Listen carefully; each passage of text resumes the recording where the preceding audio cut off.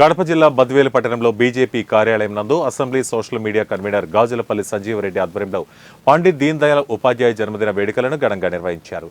శ్యాంప్రసాద్ ముఖర్జీ మరణానంతరం పార్టీ బాధ్యతలు భుజాన వేసుకుని విజయపదంలో నడిపించారని కొనియాడారు. అలాగే ఆర్ఎస్ఎస్ వారపత్రిక, పాంచజన్య, లక్నో దినపత్రిక స్వదేశ్లకు సంపాదకీయులుగా వ్యవహరించారన్నారు. ఈ కార్యక్రమంలో బద్వేలు మండల అధ్యక్షులు నాగిరెడ్డి, వెంకట సుబ్బారెడ్డి, అట్లూరు మండల అధ్యక్షుడు రామకృష్ణారెడ్డి మరియు సీనియర్ నాయకులు కుప్పల నరసింహులు, కె సుధాకర్ రెడ్డి మరియు నాయకులు, కార్యకర్తలు తదితరులు పాల్గొన్నారు. 25వ తేదీ ఆయన జన్మించిండు ఢిల్లీలో. తర్వాత ఆయన చాలా బీద కుటుంబం నుంచి వచ్చినాడు పార్టీలోకి. తర్వాత వచ్చేసి వాళ్ళ తల్లిదండ్రి చిన్ననాడే చనిపోతే తాత దగ్గర బతికిండు. మళ్ళా కొద్ది రోజులు వచ్చేసి మేనమామ దగ్గర విద్యావంతులయ్యి ఆయన ఎన్నో కష్టాలు పడి ఏకాత్మత మానవతావాదం అనే మా పార్టీ సిద్ధాంతాన్ని రచించిన గొప్ప వ్యక్తి. చాలా నిదానస్తుడు, చాలా మంచి వ్యక్తి. ఎన్నో ఆటుపోట్లకు వదులుకొని ఆ రోజుల్లో ఎంతో నిష్ఠతో ఏకాగ్రతతో పనిచేసినటువంటి మహనీయుడు.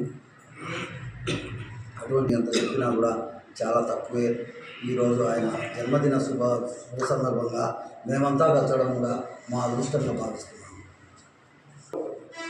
పండిట్ దీన్ దయాళ్ జన్మదిన శుభాకాంక్షలుగా మేము ఈరోజు ఆయన పండిట్ దీన్ దయాళ్ జన్మదిన శుభాకాంక్షలతో ఈరోజు ఆయన పటాన్ని పెట్టి పూలమాల అర్పించినాము.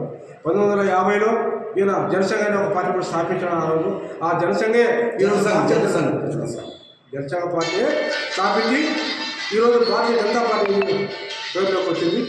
కానీ 1977లో జనతా పార్టీ విడుదలైన తర్వాత మళ్ళీ భారతీయ జనతా పార్టీగా 1980 ఏప్రిల్ 6వ తారీఖున మళ్ళీ భారతీయ జనతా పార్టీగా